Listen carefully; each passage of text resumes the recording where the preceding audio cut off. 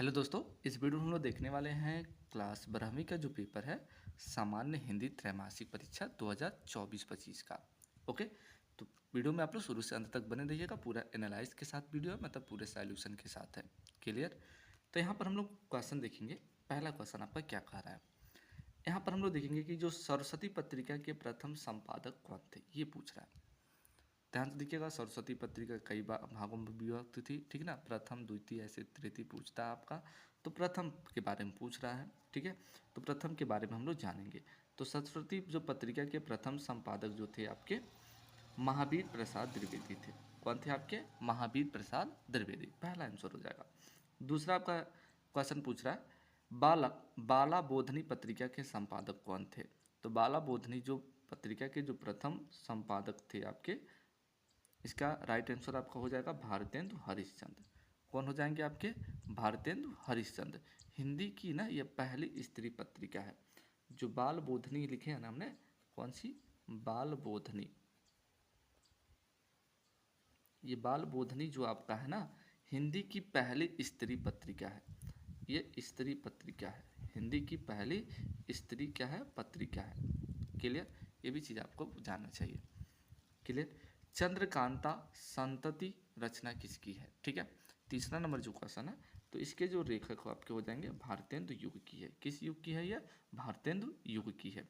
अच्छा, 4 number question आपका है, भारतेंदु युग में किस पत्रिका का प्रकाशन हुआ था? देखिए, पत्रिका से संबंधित आपके बोर्ड एग्जाम में काफ़ी क्वेश्चन पूछे जाते हैं। तो भारतेंदु युग में किस पत्रिका का प्रकाशन हुआ था आपका? बताएंगे। कवि वचन। किसका हुआ था आपका? कवि वचन का हुआ था। ग वाला ऑप्शन क्या हो जाएगा? करेक्ट हो जाएगा। 5 नंबर क्वेश्चन आपका कह रहा, कौन सा वर्णात्मक निबंध है? वर्णात्मक निबंध आपका कौन सा है? तो ध्यान से देखिएगा, महाकवि माघ का प्रभाव वर्णन, ये आपका क्या है? वर्णात्मक निबंध है। 6 नंबर क्वेश्चन आपका है, त्रिवेणी किस विधा की रचना है? तो त्रिवेणी देखिएगा ध्यान से, ये आपका आलोचना है। क्या है? आलोचना है, ठीक है। और त्रिवेणी की जो रचनाकार है वो कौन है बता दीजिए? श्यामदेव पराशर, ठीक है। ये भी चीज़ आपको जानना, श्यामदेव पराशर है। अच्छा, 7वां क्वेश्चन आपका है, चारुचंद्र लेखक की विधा कौन सी है? तो विधा से देखिएगा ढेर सारे क्वेश्चन आपके उठाए हैं, क्योंकि ये भी त्रैमासिक है। क्लियर? तो आप इस सभी को याद कर लेंगे तो बोर्ड एग्जाम में भी काफ़ी आपके मददगार होंगे क्वेश्चन। क्लियर? तो चारुचंद्र लेखी जो आपकी विधा है, ध्यान से देखिएगा, वह उपन्यास है। क्या है? उपन्यास है। 8 नंबर क्वेश्चन आपका पूछ रहा, निम्नलिखित में से कौन पत्रिका आपकी नहीं है? मतलब पत्रिका इसमें से कौन सी नहीं है? तो देखिएगा, इंदुमती आपकी पत्रिका है, सरस्वती भी पत्रिका है। तो भरत दुर्दशा देखिएगा, ये कोई पत्रिका आपकी नहीं है। क्लियर? आनंद जो कादम्बरी है, ये भी पत्रिका है। 9 नंबर क्वेश्चन कह रहा है, चिंतामणि की गद्य विधा कौन सी है? तो ध्यान से देखिएगा, चिंतामणि की जो गद्य विधा है वो आपका निबंध है। आप पढ़े होंगे, आचार्य रामचंद्र शुक्ल जी का है। क्लियर? तो 10 नंबर क्वेश्चन आप लोग देखिएगा, प्रश्न ये कह रहा है, पृथ्वीराज निबंध संग्रह है। तो पृथ्वीराज निबंध संग्रह किसका है? सरदार पूर्ण सिंह, वासुदेव शरण अग्रवाल, हरिशंकर परसाई, कन्हैयालाल मिश्र, ठीक है। तो इसका आंसर आप लोग कमेंट बॉक्स में बताएंगे। इसको खोजा मैंने, मिला नहीं है, ठीक है। तो इसको आप लोग कमेंट बॉक्स में बताएंगे अगर आप लोग को पता होगा तो, ठीक है। 11 नंबर क्वेश्चन कह रहा, घी के दिए जलाना का सही अर्थ क्या होता है? तो ध्यान से देखिएगा, घी के दिए जलाने का मतलब होता है आपका खुशियाँ मनाना। क्लियर? देखिएगा, ये सब लिखने के लिए आता है, लेकिन यहाँ पर आपके ना 30 बहुविकल्पी प्रश्न, बहुविकल्पी में आपके दे दिए हैं सभी, ठीक है। तो ये चीज़ आप लोग देख लीजिएगा। कह रहा है, इधर कुआं उधर खाई का सही अर्थ आपका क्या होता है? क्लियर? तो ये तो आप सभी को पता होगा, सभी और क्या होता? परेशानियाँ होती है। नेक्स्ट क्वेश्चन कह रहा है, यद्यपि का संधि विच्छेद के लिए सही विकल्प कौन सा होगा? तो यदि धन अपी होता है। कौन सा होता है भैया? यदि धन अपी होता है। क्लियर? कह रहा, भावुक का संधि विच्छेद आपका कौन सा होगा? तो भावुक का संधि विच्छेद आपका क्या होगा? तो अगर आपको भी पता हो तो कमेंट बॉक्स में बताते रहिए, ठीक है ना। तो भव धन उ का होता है। क्लियर? 15 नंबर क्वेश्चन है, बहुत इंपॉर्टेंट है आपका, नैनम का संधि विच्छेद पूछ रहा है। तो ने धन अनम होता है। क्या होता है भैया? ने धन अनम, नैनम होता है। क्लियर? नेक्स्ट क्वेश्चन हम लोग देखते हैं। वीडियो को अपने दोस्तों के साथ भी शेयर कर दीजिए ताकि उन लोगों को भी पता चले किस टाइप से क्वेश्चंस आपके पूछे जाते हैं। ओके, तो राजन शब्द का चतुर्थी विभक्ति और एक वचन का रूप बताना है, ठीक है। राजन शब्द का, तो देखिएगा राजन शब्द का जो चतुर्थी विभक्ति और एक वचन जो होगा ना वह राग की होगा। क्लियर। कह रहा पास और पास, एक पास का मतलब होता नज़दीक या निकट होता, आपको पता होगा, और एक पास का जो मतलब होता वो क्या होता आप लोग बता दीजिए। ठीक है, तो एक पास का मतलब होता है जाल। ठीक है, या ऊंचा, कौन सा होगा दोनों में से बता दीजिएगा आप लोग। कह रहा है तरज और तरड़ी शब्द युग्म का अर्थ बताइए, तो इसका आंसर क्या होगा। तो ध्यान से देखिएगा, सूर्य और नाव होता है। क्या होता है, सूर्य और नाव। ये सब आपको लिखने में आता है, लेकिन यहाँ पर बहुविकल्पी में दिया है। क्लियर, बहुविकल्पी में उधर भी देता था। ठीक है, कह रहा अकाल शब्द का अर्थ नहीं है, अकाल शब्द का अर्थ नहीं है। तो देखिएगा दुर्भिक्ष आपका नहीं है, मृत्यु है, कमी है, असमय है। उसके बाद आपका 20 नंबर जो क्वेश्चन है, ध्यान से देखिएगा, कह रहा है द्विज का सही अर्थ क्या होता है। द्विज का सही अर्थ, तो द्विज मतलब होता ब्राह्मण। क्या होता भैया, ब्राह्मण होता है। ठीक है, द्विज का मतलब होता ब्राह्मण। उसके बाद 21 नंबर क्वेश्चन है, कह रहा है जिसका कोई शत्रु ना हो उसे हम लोग क्या कहते हैं। जिसका कोई शत्रु ना हो उसे हम लोग क्या कहते हैं, उसको हम लोग अजात शत्रु कहते हैं। क्या कहते हैं भैया, अजात शत्रु कहते हैं। 22 नंबर क्वेश्चन आपका है, 22 नंबर क्वेश्चन है, जिसका कहीं भी अंत ना हो, जिसका कहीं भी अंत ना हो उसे हम लोग क्या कहते हैं, अनंत। क्या कहते हैं भैया, अनंत कहते हैं। क्या कहते हैं, अनंत कहते हैं। 23 नंबर क्वेश्चन, निम्न वाक्यों में से शुद्ध रूप का चयन कीजिए। शुद्ध रूप का आपको चयन करना है। ठीक है, तो कह रहा है उसे अनुत्तीर्ण होने का संशय, गलत है। ठीक है, उसे अनुत्तीर्ण होने की आशा है, ये भी गलत। आप लोग पढ़ लीजिएगा, इसका जो राइट आंसर हो जाएगा उसे अनुत्तीर्ण होने की आशंका है। ठीक है, संशय नहीं होता, आशंका कहते हैं। क्लियर। अच्छा, नेक्स्ट क्वेश्चन आपका 24 नंबर, निम्न वाक्यों में शुद्ध अशुद्ध भाग का चयन करना है। अशुद्ध बात, जब इसको पढ़ेंगे ना, जब पृथ्वी पर पाप और अत्याचार बढ़ते हैं तब ईश्वर किसी न किसी महापुरुष के रूप में पृथ्वी पर अवतार लेते हैं। देखिएगा, महापुरुष की बात नहीं कभी होती, कोई ज़रूरी नहीं कि वो महापुरुष के रूप में, एक आपके भिक्षु के रूप में भी धारण होकर कर सकते, मतलब किसी का रूप भी धारण कर सकते, लेकिन महापुरुष के रूप में नहीं होते हैं। ठीक है, तो यहाँ पर देखिएगा कौन सा ऑप्शन आपका क्या होगा, सत्य होगा। तो 24 का ना, यहाँ पर क्या, जब पृथ्वी पर पाप और अत्याचार बढ़ते, ये सत्य आपका है। तो किसी न किसी महापुरुष के रूप में, तो ये गलत हमारा है। तो राइट आंसर ख वाला क्या हो जाएगा, सही हो जाएगा। क्लियर। 25 नंबर क्वेश्चन देखते हैं, कह रहा है निम्नलिखित प्रश्नों के सही उत्तर वाले विकल्प का आपको चयन करना है। कह रहा है जब तय श्याम सिधारे पद्यांश में रस कौन सा है। 25 का पूछ रहा कौन सा रस है। ठीक है ना, तो ये वीर रस की बात हो रही है। किसकी बात हो रही है, वीर रस की बात हो रही है। श्रृंगार रस का अस्थाई भाव क्या होता है, तो सबको पता होगा श्रृंगार रस का अस्थाई भाव रति होता है। करुण किसका होता है भैया, करुण किसका होता है, करुण का अस्थाई भाव क्या होता है, शोक होता है। क्या होता है, शोक होता है। क्लियर। हास्य किसका रस होता है, हास्य रस का अस्थाई भाव हास्य होता है।